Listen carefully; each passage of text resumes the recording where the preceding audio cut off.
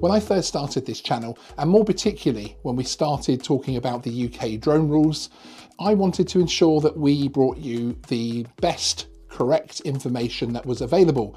This took a lot of research, this took a lot of hours, but I feel like we've put a drone rules series together that can tell you exactly where you can and cannot fly your drone. However, there are still a myriad of issues out there, particularly enforcement. Where, how and when the police will enforce the UK drone rules is something which is still up for debate. What happens with takeoff permission, privacy, this type of thing? Well, today we are announcing a very exciting collaboration designed to assist UK drone operators, whether you are recreational or professional. Over the coming weeks and months, Geeksvana will be joined by members of the NPCC Counter Drones team to discuss the UK drone rules and key aspects of the enforcement of those rules. This will take the form of both live and recorded content, including open Q&As. Regular viewers will hopefully know by now that Geeksvana as a channel always seeks to add value to the conversation, and I'm personally very excited with the topics we intend to cover. This includes meeting head-on controversial subjects such as takeoff permissions, how the rules will actually be enforced, and dispelling a lot of myth around the hobby. During the collaboration, you'll get to meet and know some of the key personnel within the NPCC team, including the opportunity to put your questions to them live on air. Today, to kick things off, we are joined by Andy Harding, who is the Strategic Manager for Less Lethal Weapons and Counter Drones at the NPCC. Before we head over to the interview itself, I'm delighted to confirm that the first show with both NPCC officers will actually be taking place on Thursday the 17th of February at 8 p.m. So if you have any questions, do email them to me at sean@geeksvana.com, tweet them to me, DM me, Facebook message me, whatever you like. You can even show up on the night and put your questions in the live chat. There's a link in the description to the link for that particular live show where you can hit set reminder and also post your questions in the comments there as well right now. Hi Andy, thank you very much for joining us today. How are you, sir? I'm very good, thanks, Sean. And yourself? Yeah, good, thank you. Thank you very much for taking the opportunity to come and see us. I really appreciate it. I think that we're going to see a lot of value over the content that we're going to be putting out over the next few weeks and months. I think it's fantastic. Could you start off by explaining to the audience what the NPCC is, and more specifically the role of the counter drone team in terms of policy for enforcement of the drone rules, I suppose specifically as this is a drone channel after all. Okay, yeah, no problem at all. So the NPCC is a National Police Chiefs Council, and it's a coordination body across the UK for senior officers. And I think really to put it into very simple terms, if you can imagine the police service is made up of lots of different portfolios. So there'll be a road policing portfolio, armed policing, less lethal weapons, drones, domestic violence, etc. I mean, there's loads and loads of them. Chiefs across the country have a responsibility for one of those portfolios. So, okay. So that's the general gist of the actual coordination of policing. So I work for Chief Constable Lucy Dorsey, who is the Chief of British Transport Police. And my role is the NPCC Strategic Manager for two of those portfolios. So I run counter drones and less lethal weapons across the UK. And our teams that run both these portfolios are responsible for coordination across the UK, making sure that all police forces across the UK are singing from the same song sheet, and making sure that we set policy and we input with the training as well. So on the counter drone side, it's providing the training. In the less lethal weapons world, it's coordinating training with the College of Policing. That's an interesting term, isn't it? Counter drones, which obviously I would assume more applies to your work in terms of the wide range of criminality that drones can be used with,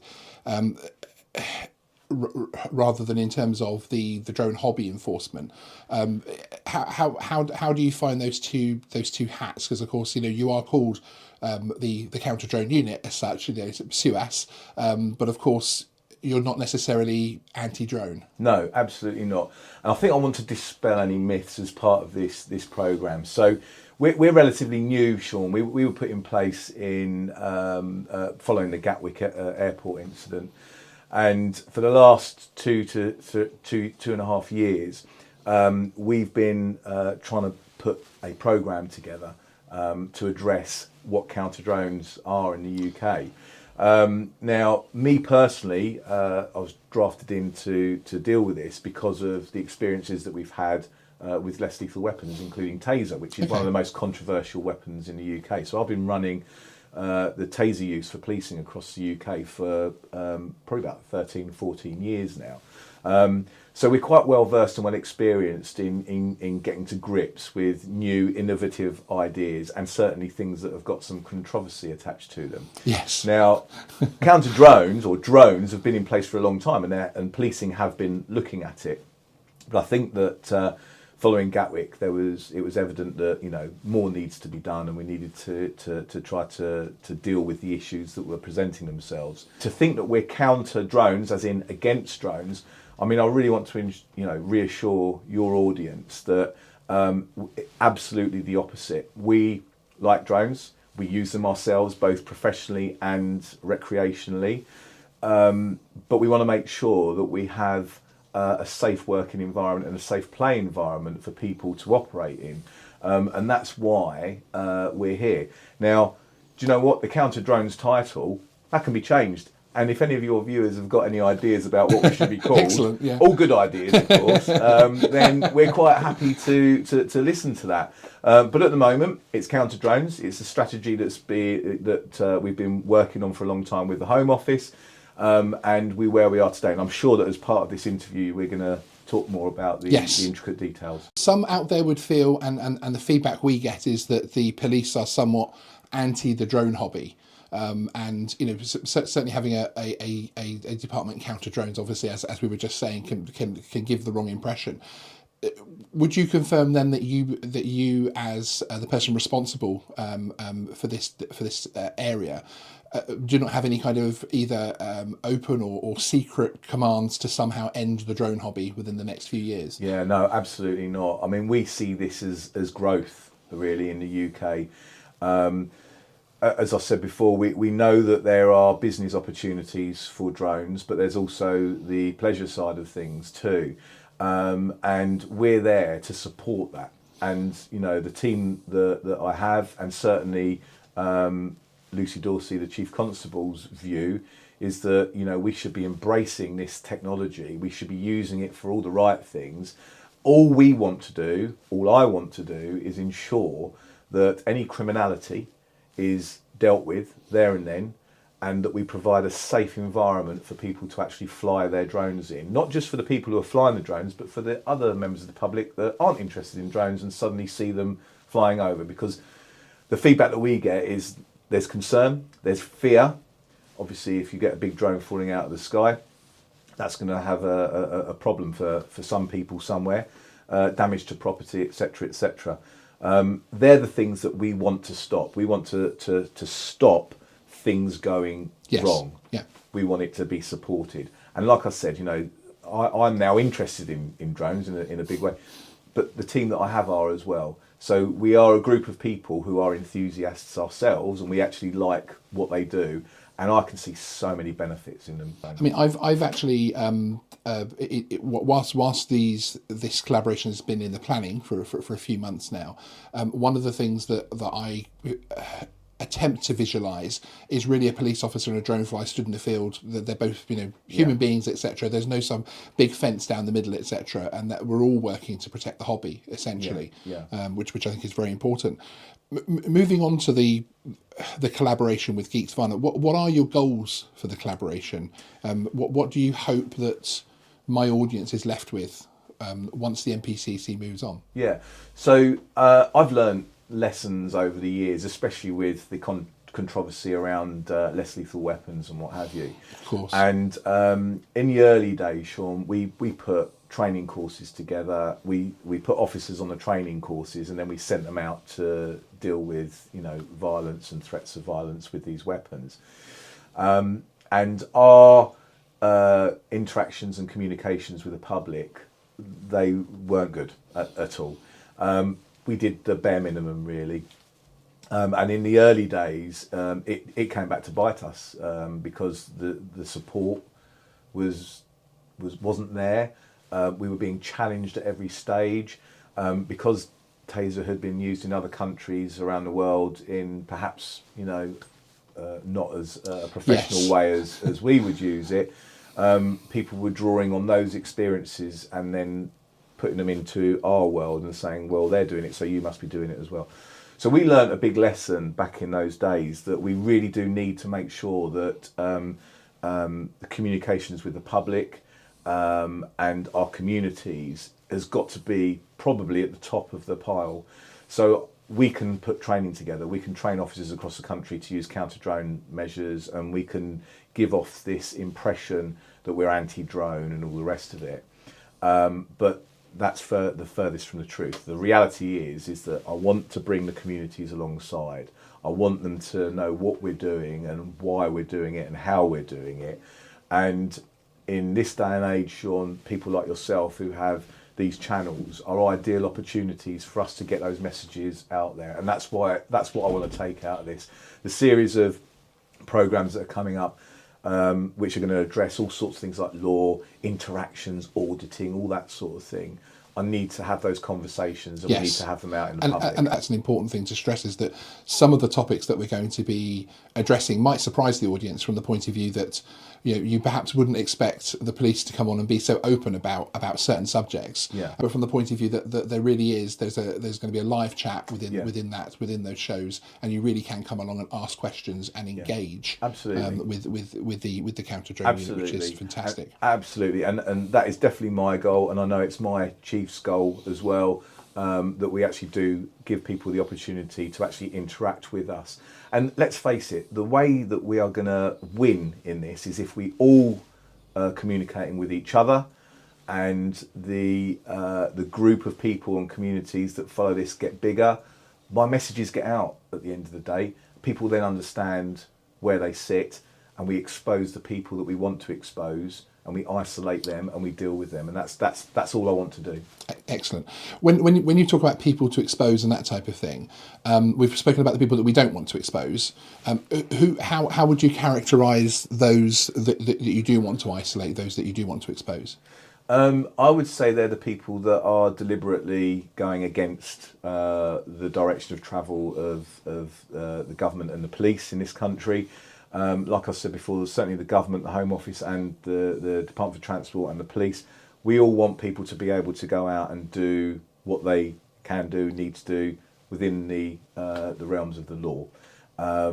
What I want to do is those people that are deliberately going against that, those people that are using drones for criminality or are purely just ignoring what the rules are. So, for example, somebody flying nonchalantly by an airport and what have you, they're the people I want to expose.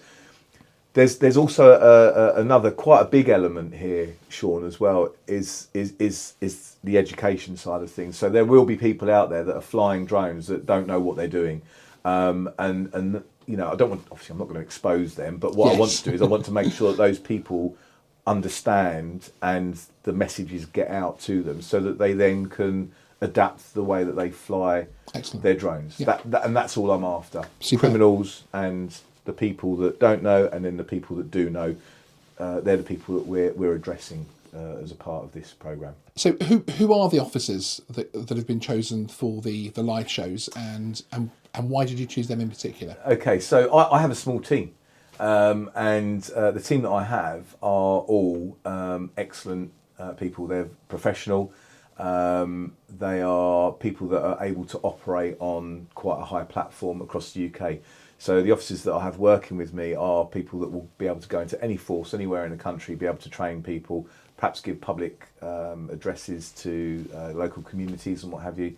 The two people that I have asked to come and interact with you are Dan and Steve, two of the officers that work on our team.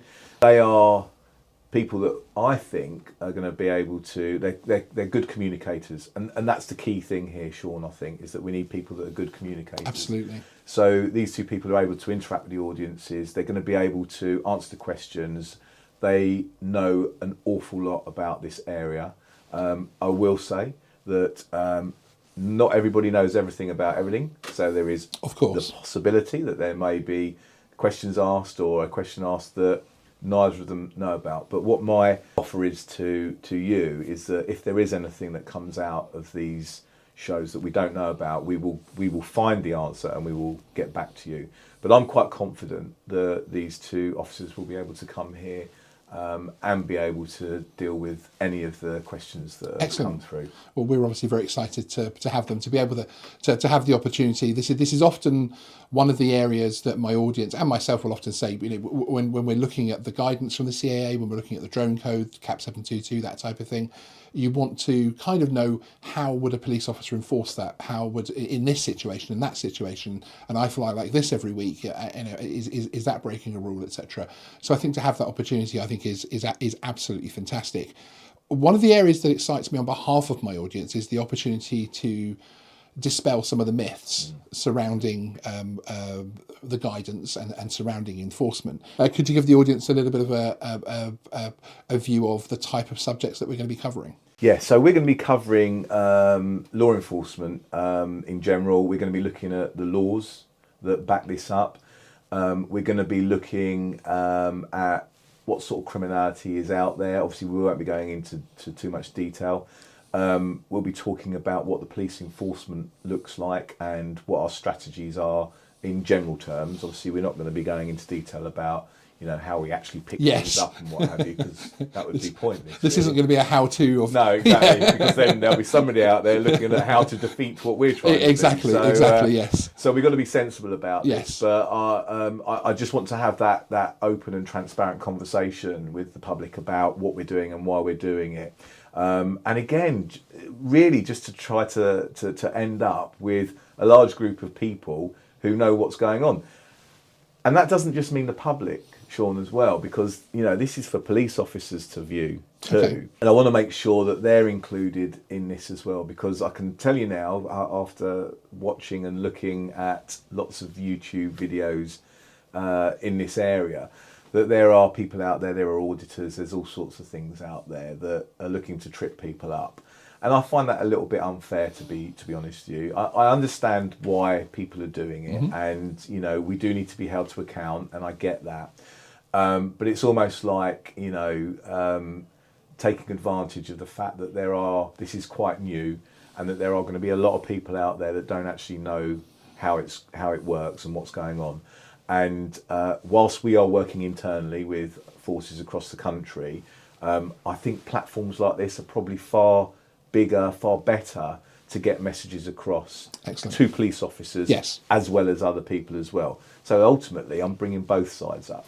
Excellent. And we are hoping to cover subjects such as takeoff permissions and privacy, and the range of everyday practical subject matter is going to be aimed at not only providing information, but of course actually benefiting the hobby. Yeah, absolutely. And again, we could go into great detail about this and get really complicated, but I don't think that's where we want to go with it. We want to keep it quite simple, really. So for me, a lot of the questions that people ask are, can I fly my drone in my back garden? How high can I go? If I've got a camera on it, am I allowed to film? What am I allowed to film? What am I not allowed to film? And all the rest of it. And these are really good, sensible questions. And do you know what? If we get these right, then a lot of the other stuff's going to fall into place as well, and people will start to do it sensibly and within in the spirit of what we're trying to achieve here. And I think, Sean, that you're going to get people out there as well that are getting their brand new drone out of the box, and they're almost thinking, I don't even know if I'm allowed to do this, but I'm going to do it anyway. And what I want to do is I want to take out that little question that they've asked themselves. I want them to get that out of the box and say, I know that I'm in the right place, flying at the right time, in the right environment, in the right way. Many people are, of course, going to see this, at the very least, as something positive from the point of view that the police are looking to engage any section of the public, but especially that this is such a specialised area as in the drone hobby. Why have you chosen now to do this? So I've had a chance to settle into this role over the last 2 years, or just over 2 years. And I've got my head around a lot of what we're trying to do, where we're trying to go. We've got our own strategies, we've got our own direction of travel, we've got our own guidance that we've built. We have technical solutions in the UK which we've got in to deal with drones and drone use. So we are at a stage now where we're in a really good position to start to really push the education piece and to do the communications with communities and the public. So why now? I think now's just the ideal opportunity to do that. Any later, then we would have perhaps missed a trick. I know by looking at the groundswell of opinion by people on YouTube and social media that there is an interest in this as well. And I think that interest is getting bigger by the day. Yes. Especially when we consider the fact that the business side of drones is really starting to push forward now. And you've got companies in other parts of the world that are actually doing things like deliveries by drones. And we've even done stuff over here as well to look at that. So we need to be slightly ahead of the game there. We need to be getting these messages out now in anticipation for probably an exponential curve that is going to happen in the near future with drones, where I think they're going to be used a lot more. Why Geeksvana? Again, as I've already said, in order for me to educate myself, I've had a look round at different places and different people. I've viewed all the YouTube stuff. And then last year a video came up on YouTube that was of great interest to me, and it was an interaction between a police officer and a member of the public, where the police officer did a really good job, got a few things wrong, and the member of the public was quite, critical, but actually did what the officer wanted as well. And you did a piece on it and you commented upon it, and I found it really well balanced. It gave the viewer an outcome. It wasn't critical of one side, critical of the other. I think you criticised both sides, really. Yes, both equally. Equally. But at the end of it, Sean, you came out with some really good sound bites for people to actually get a hold of. Whereas, you quite clearly said, the officer's got the gist of this and they're trying to do a job. And the hobbyist was obviously doing something they knew wasn't quite right, but they still did it. But then when the officer asked them to do it, they stopped. Great interaction, great video, and I even learned a little bit out of it as well. I have to say. But the way you handled it was really good. So afterwards, we got in touch with you and just said, look, if you're able to put some balanced communications out, then we're interested in doing that as well. Excellent. And like I say, this is us getting some messages out. We're utilising a platform and somebody who's got a good specific following audience as well, and a specific audience dealing with drones. And indeed, yes. I will admit, when you first approached us via tweet, and having just put that video out criticising the police officer, I did sort of step into that mode. So again, that's why this collaboration is important, because of course your approach was nothing but positive. Yeah. But when you have a senior police officer suddenly tweet you, when you've just put out a video criticising police officers, you do worry. But again, this is the trust thing, isn't it? At the end of the day, because you've read what I've said, and I've been nothing but complimentary about the way that you handled it, because I thought it was really, really well handled as well. So hopefully that sort of gives you the idea that we're in this for the right reasons, and we're doing this to promote the use of drones in a responsible way, but within the law, so that we don't have to come out and deal with bad use or criminal use and what have you, which is what our role is. Of course. Where do you see the main risk from potential drone use in terms of criminality is at the moment? At the moment, the risks on the criminality side are, I would say, the carrying of contraband, if you like. People using the drones again to move things about that shouldn't be moved about, and also perhaps people that are looking to stall things. So, for example, an airport or whatever have you, by just flying nearby. So these are the areas that really sort of concern us. What you got to sort of think of here, and I can't go into too much detail, but if your audience really tries to sort of almost close their eyes and open their minds a little bit, is that almost anything that a criminal can do on the ground, they can probably do or use a drone somewhere in that process as well. Absolutely. And I mean anything, not just stealing things or delivering or whatever. It could be anything. I mean, they've got cameras on them. Yes, exactly. Let's think about that for a minute. Yes. So all of those areas are of concern to us, and we need to be able to keep on top of that. And that is what the team are doing. Not just my team, but the teams that are in regions across the UK. They are looking really closely about that. And I have to say, I have got a fantastic analyst who's got a great analytical product, who gives really good data out to forces so that they can concentrate their area, on their area of business. But also the regions and the forces also have that capability, and they're working in tandem with us in order to make sure that we keep on top of these things. Sean, I can't tell you that we've got it all sorted. No, of course. And I hope that you and your viewers will understand that. But what I can confidently say is that we've got a pretty good handle on things, and things will go wrong in the future.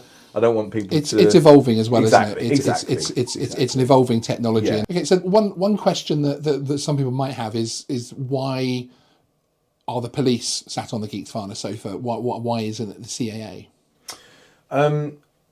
I mean, first of all, the CAA are integral in all of this process. They set the tone. They are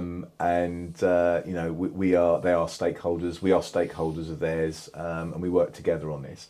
I think we are here talking to you about this today because there is an interest on the enforcement side of things, and we are the people that are out there doing that enforcement and monitoring what's going on at the moment as well. I mean, the CAA do, obviously, especially around airports and what have you, but we link in with them. So we are integral with them, but we are specifically here to deal with the criminality and the education side of it. So and of course you are the face that will meet the hobby, as it were. It won't be the CAA police in inverted commas. It will actually be a standard police officer dealing with the enforcement of that. Yeah, on a day-to-day basis, the people are going to encounter people from our side rather than the CAA, more than likely. But again, I want to absolutely make sure that everybody understands that we work in collaboration with the CAA. We have a fantastic relationship with the CAA. In fact, I would go as far to say that when I came into this, there were lots of organisations involved: the Home Office, Department for Transport, CAA. There's all sorts of different people. We have a very, very good working relationship with all of them, and we have a goal, and our goal is to sort out drone flying in the UK, and my specific role is the counter side of it, so dealing with all of the bad drones or the drones that shouldn't be where they are at that particular time. Okay, there is a greater issue as well from the point of view of the counter drone side of things that you're doing. Which we won't necessarily, in the live shows in particular, we of course won't be able to delve much into due to the sensitivity of those policing issues. Is there a wider message from that point of view that you'd like to put across? Yeah, I think the wider message there, Sean, is that we don't just float around or drive around looking for drones and go, right, what are they doing and what have you. There is a plan in the background, and we wrote the plan.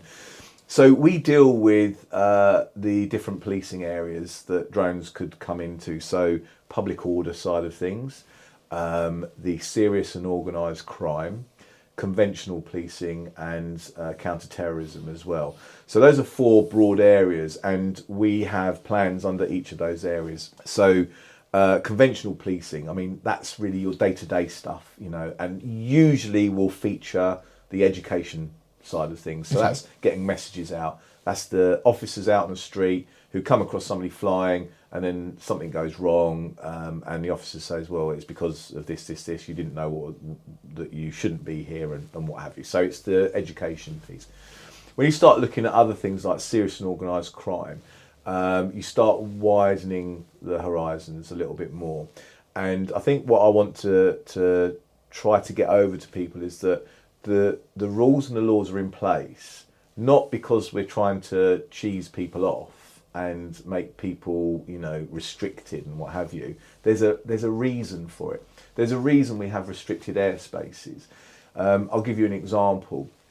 During the pandemic, we had the Nightingale hospitals out there. Yes. It became evident very early on that some media outlets and what have you were employing drone pilots to try to fly into the spaces above the Nightingale hospitals to film people in distress, or people Crikey. that had passed. And for us, that was an area that just we couldn't allow that to happen. Ethical, moral. There's all sorts of things that come into that space, but also there was business advantages trying to be made to sell newspapers, Right? Yes, of course, and what have you. So in those respects, it was necessary to put some controls in place so that didn't happen. And also, the 400 feet and what have you. Obviously, people are aware of that figure. People trying to go above that in order to try to get a bigger picture, which then would come into contact with aircraft, perhaps that are flying low. We've also got to bear in mind that around those sensitive sites at the time, you had air ambulances going in and out at a low frequency, so it had to be protected. We had to put some measures in place. So that gives the viewer, your viewers, a bit of an idea about why we do certain things at certain times. It's not done lightly. There's probably times where we would like to have something in place and it's actually not been put in place. And there's reasons for that as well, in that we want people to be able to be free to do things too. Of course. When you start looking at the other areas of business as well, so public order, so you get big crowds of people and then a drone will fly in and what have you. There's reasons why we have rules there, because a drone that's flying at heights that's quite large, falling out the sky on top of people, is a big problem, and people could be killed as a result of it. So that's why we do have restrictions about flying over crowded spaces and what have you. Incidentally, your viewers would probably have seen just recently that there was a drone that flew over Brentford Football Club. Yes. And they cleared the pitch with some well-rehearsed responses to such a thing. They're the sorts of things that we have these rules in place to deal with, so that people's lives aren't impeded as a result of somebody's irresponsible use of... Indeed. At Geeksvana, we ran a video on that last week and we talked about why it stopped the game. And, it wasn't necessarily that the footballers were worried about this tiny little sub 250 gram drone flying above them. It is actually the policy in case something else is happening. And I'm sure that probably a lot of your audience were watching that unfold and were probably horrified by the fact that a Premiership game has been stopped as a result of somebody's irresponsible use of drones. I'm not going to give anything away, but there is an investigation that's going on in that, and I can say to people that don't forget that your drone flying will always leave a footprint, not just where the drone is, but where you are as well. So things can be looked at, and in slow time, we will get where we want. And the message that we've got, and my chief had, was that we may not necessarily always be at that space at that time, but we will eventually catch up with people, and that needs to be understood by everybody. So when something like that happens, we will get hold of information that will lead us to the people that have committed those offences. I was going to just move into the other areas as well. So I touched on serious and organised crime, and obviously we've spoken about that earlier with regards to drones being used to fly contraband and what have you. Yeah, we all know about that. We know that people use cameras for all sorts of different reasons. We've touched on the conventional side, which is your day-to-day education, and obviously the public order side. And there's more to the public order side, but I'm sure people will understand that as well. Counter-terrorism is a really important thing for us as well. We're aware of what goes on around the world. We hear of things all the time. The news every now and again will tell us that a drone has been used in this ambush and that and what have you. At the moment, we're in a reasonable position over here where we've got equipment and technology in place that would hopefully help us if something like that were to happen here.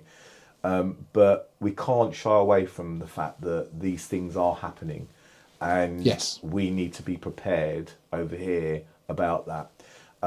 And if I can recruit, you know, tens of thousands of hobbyists and people out there watching this to help us to combat that and all the other bits that we've spoken about as well, then it's going to be a winning situation for all of us involved in this. And that's, I think, really, Sean, what I'd like to take away from here. If I was going to get something out of this, it would be that I've recruited a lot of people who are supporting what we're trying to do in order to make them safe. Thank you very much for joining us today, and thank you very much for instigating this collaboration. I think it is something worth putting on record that it is a brave thing for the NPCC Counter Drone team to address, and I think, you know, coming and facing our audience live, that type of thing, I think is extremely positive.